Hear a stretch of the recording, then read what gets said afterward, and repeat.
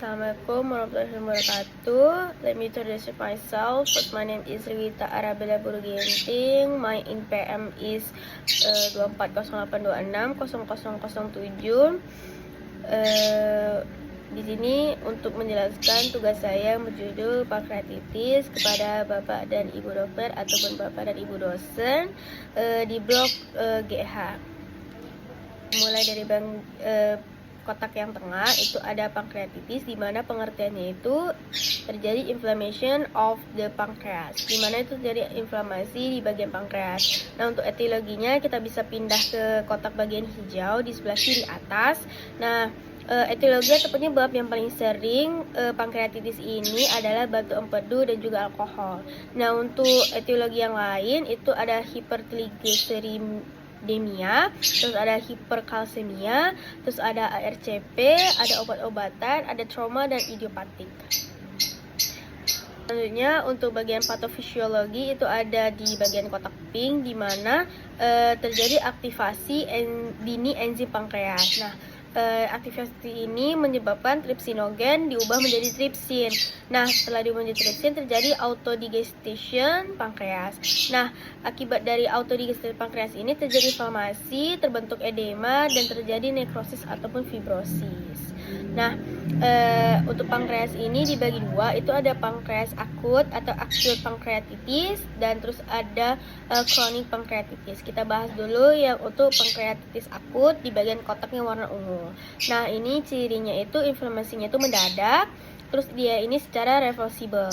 Nah, untuk gejalanya yang paling khas itu ada nyeri epigastrium dan menyebar itu ke bagian punggung.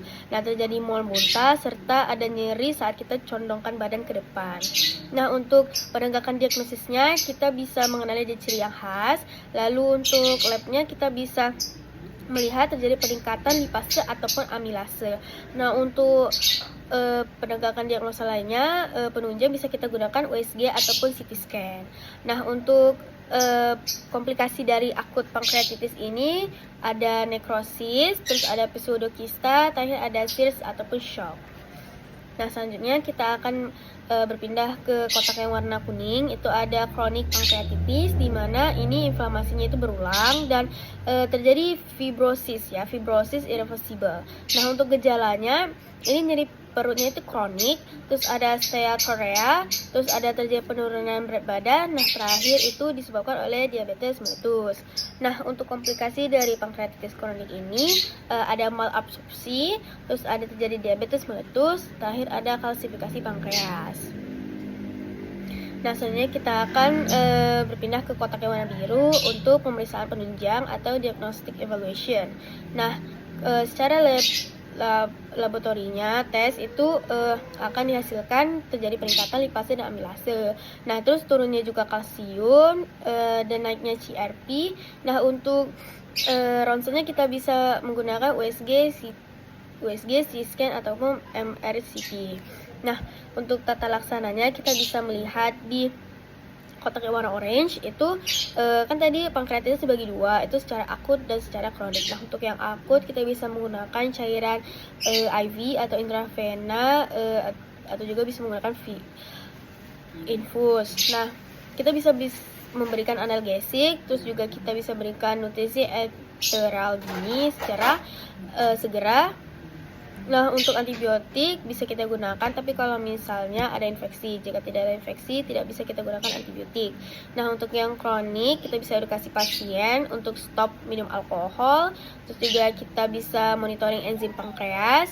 Nah, juga kita bisa edukasi pasien untuk diet rendah lemak. Terakhir, bila ada komplikasi DM atau diabetes mellitus, bisa kita berikan insulin.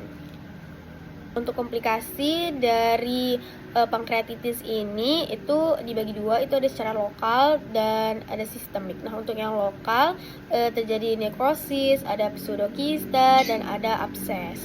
Nah, untuk yang sistemik itu terjadi ARDS, ada terjadi gagal ginjal ataupun ada terjadi shock.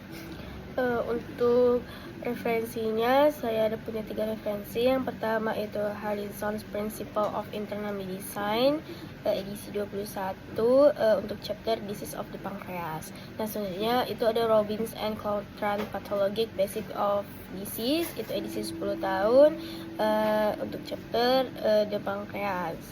Nah, selanjutnya untuk Slanger and Fortran Gastrointestinal and Liver Disease edisi 11. Nah, itu untuk chapter Acute and Chronic Pancreatitis. Sekian dari presentasi dari saya. Apabila ada salah kata, ucapan, perbuatan saat menjelaskan, mohon dimaafkan. Kepada Allah saya mohon ampun. Wassalamualaikum warahmatullahi wabarakatuh.